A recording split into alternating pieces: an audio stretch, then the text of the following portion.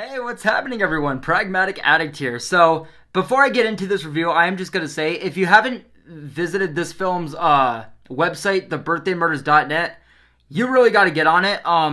It is the perfect prologue that doesn't at all spoil the film. It only just serves as hype, and it does that unbelievably in my opinion. Like, I will go as far as to say this right now. I will make it this clear. As someone who explored the entire site and captured my full reaction to it, this film felt like a sequel at this point. Like, as far as me going into this film finally, I mean, don't get me wrong, the dozens of trailers, dozens of posters will surely get people excited regardless, as well as the buzz that everyone is saying for this film, as well as all of the theories and questions that you have from the trailers. You know, what is Nicolas Cage's reveal gonna be? What is this film's whole thing that it's going to deliver upon? Plenty of reason alone to see this movie.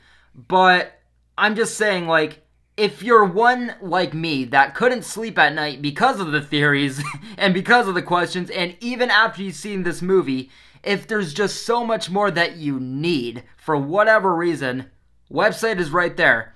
And I will say really quickly with the website, it does get weekly updates. It's been like that since it came out in June. And what I was thinking is that, like, by the time the movie came out, this website would have wrapped, right? This would like serve as like a prologue, like hype for the movie, you know, getting you, into the swing of things, amping you up a little bit. No, we still got an update coming on July 15th. I don't know what that's going to pertain to. I don't know if this is going to take place after the movie or how long it's going to go. But more reason for you guys to visit the website. I will obviously be continuing to cover videos on that. But don't worry, I did not forget about those that did not visit the website. I also wondered how far the film would go as a standalone horror film. Obviously, for those people that didn't, go into the whole lore and the whole, code cracking and deciphering of this fucking website. And lastly, I'm just gonna say I had my work fucking cut out for me in that website, to the point where it didn't hit me until I walked into the movie. I'm like, I wonder how Lee Harker's gonna deal with all this shit. Because I'm just saying, I'm no detective, right? I didn't even finish high school. She's a fucking detective tracking down the most notorious, most sick, most meticulous serial killer that's ever lived in this film's, world. Me and her aren't the same people.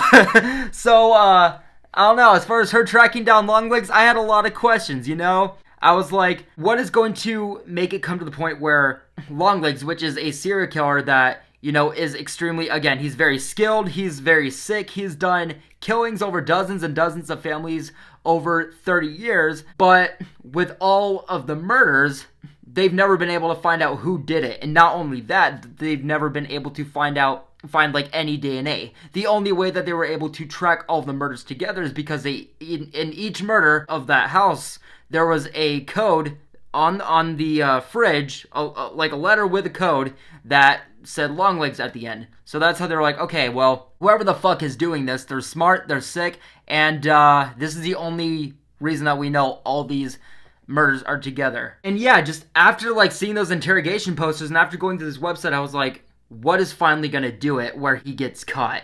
And why, of all people, this rookie detective, Lee Harker, how is she going to be the one that finally is the one that catches up to him? And what is the overall goal? What is the climax? What is the message and meaning of this movie?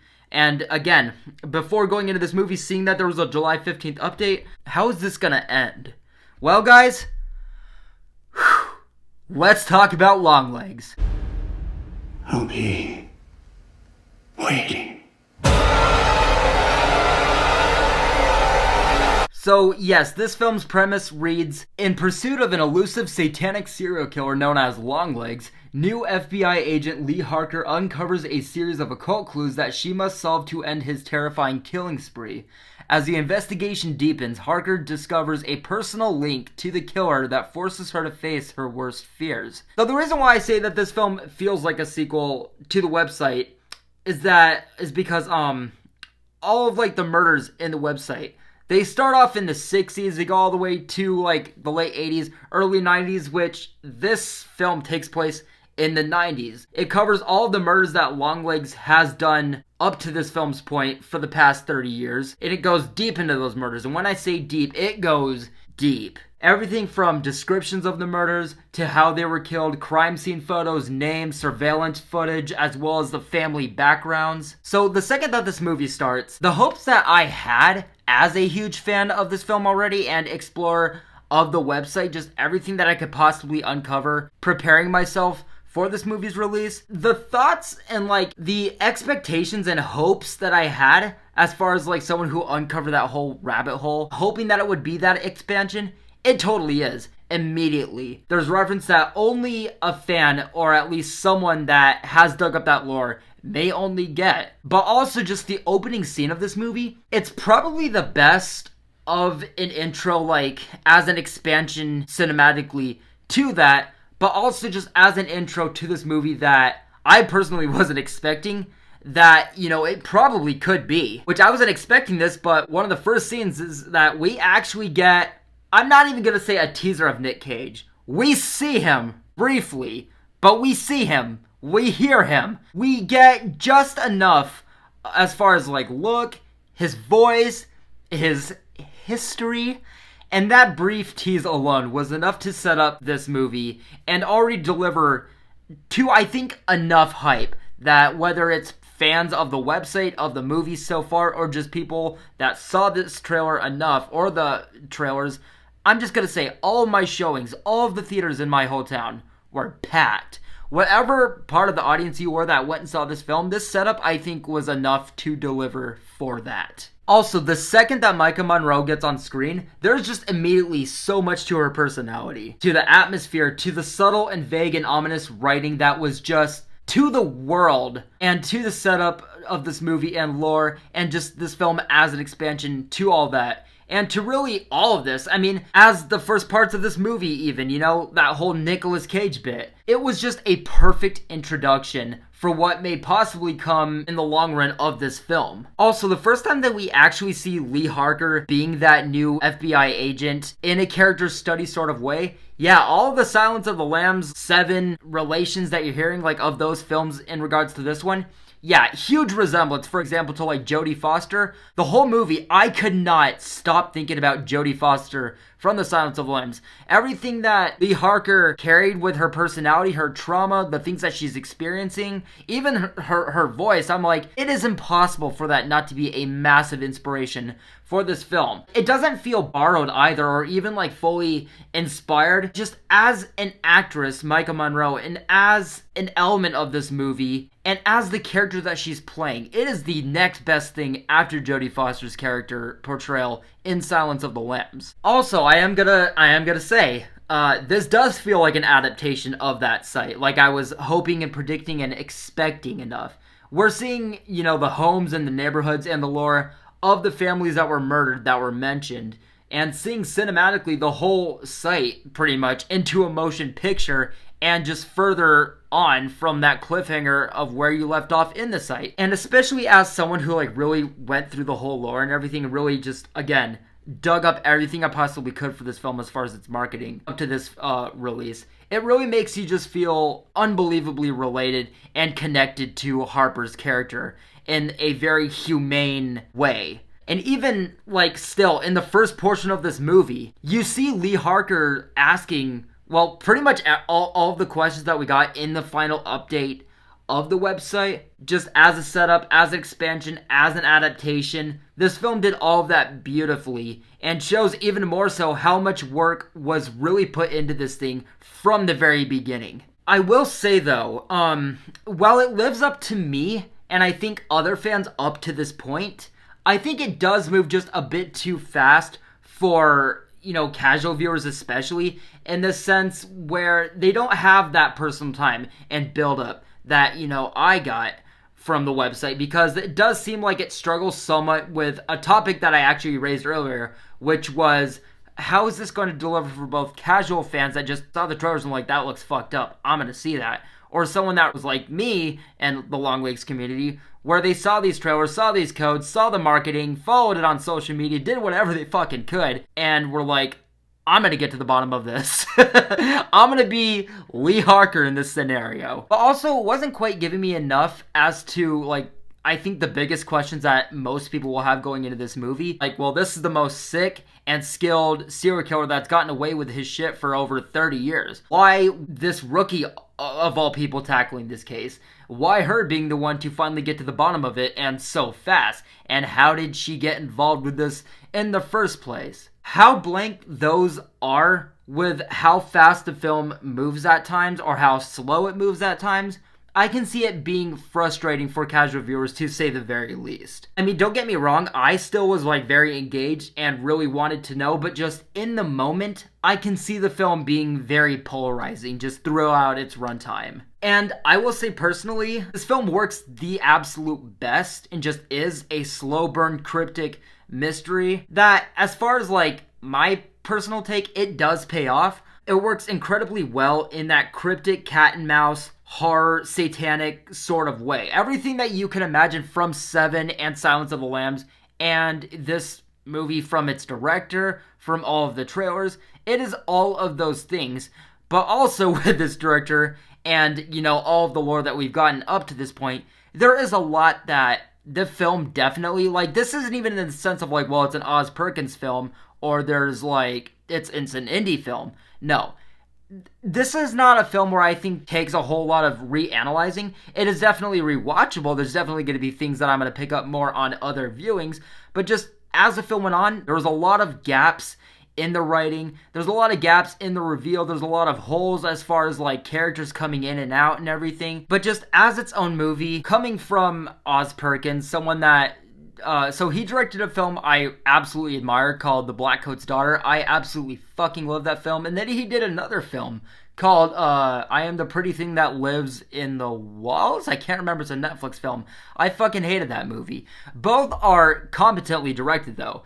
And this one, as probably his biggest and most successful and most like hands-on horror film, this film takes that to another level. I mean, there are certain shots in this film where it will center on like nothing, right? Like seemingly nothing. We're in the first act, not too much has happened, but you just know from a fan and from what you've gathered from whether it's the trailers, the site, etc., that every frame of this film is not fucking good. How I can describe the horror the best, I think, is slow burn, dreadful, lingering, and even the build-up with that as well. Everything here just didn't really fail, at least in like the setup of the film. But now here's what I'm gonna say in regards to how Lee Harker starts to decipher shit, you know, going through the ringer that I went through. It is different and I think fine enough as far as like difference to what fans got access to in the marketing sense of the website.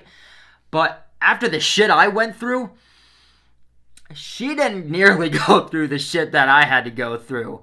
And that also just adds to more of like, it feels like there's holes in the movie. Not only do we not really see firsthand when she comes into the picture or why she's here, there's a lot of holes in regards to like the big picture of the crime. But don't even get me started on how she starts cracking these codes and like how fast that comes into play. I just didn't buy it. I did not buy how she was able to put all this together. I did not buy how it all came together as far as like her tracking down Longlegs. And again, like with all the trailers, all the posters, the whole website, everything, this did not have the excuse to feel as empty at certain points that it did. But here's what you guys are going to be really excited to hear. This is what you guys are waiting for, right?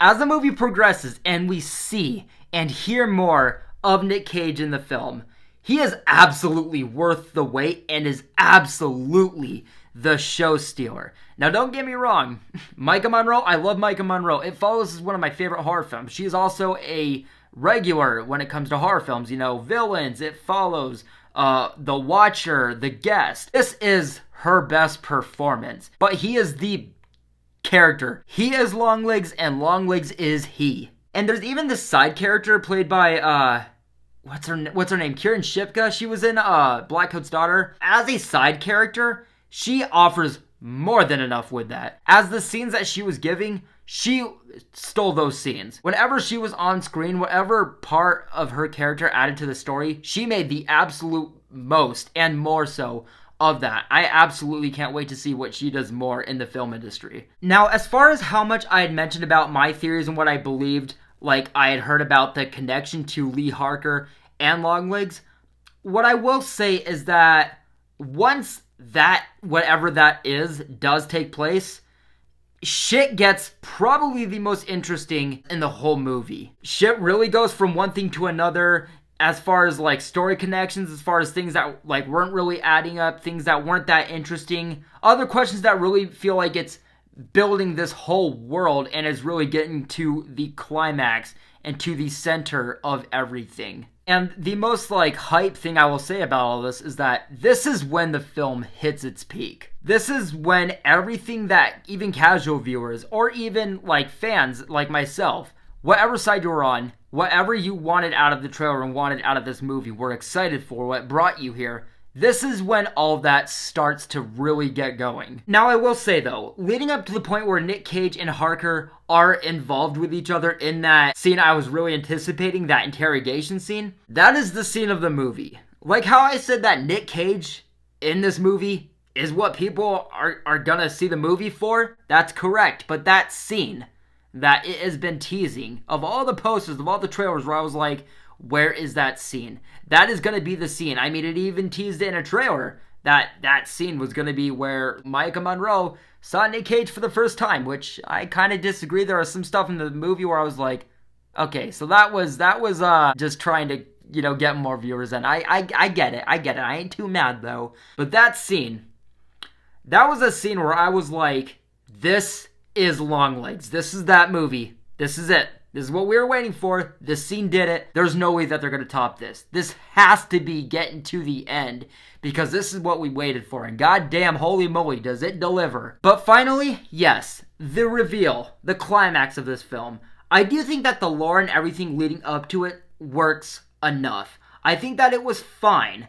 But just as a climax to all of the lore, all of the trailers, all of the hype, the expectations, the website, the craftsmanship, you have to go hard to make all of this pay off. Like, of all of this, what are you going to finally choose for that ending? And what I'll say is, it fits. It's fair enough in a logical sense for the movie, for the story. But just as a climax, as a finale, don't expect that big bang that you will want. I think it's a good ending. I think it's a good movie. But just as far as the hype and all of the things that you're going to be feeling as a fan going into this movie the second that you can, Nick Cage will give you that. That interrogation scene will give you that. But just know that this movie is very deep in lore and very deep in marketing. And definitely as far as where you stand as a fan or as a casual moviegoer, that's definitely going to get in the way, whether you want it to or not. And overall, guys, I'm going to give Longlegs a positive review. I am so excited to get into that update on July 15th, guys. Longlegs community, fans, friends, everyone that has watched my videos and have commented and followed me on social media, this one's for you guys. I send this out to you. Message me, comment, let's talk about this film, guys. I am so happy that this film's marketing and its story, as far as the website and whatever's going to come after this, I have no idea what they have planned. I can't fucking wait. Guys, this has been Longlegs. I've been Pragmatic Addict. Thank you guys so much for watching. Take care.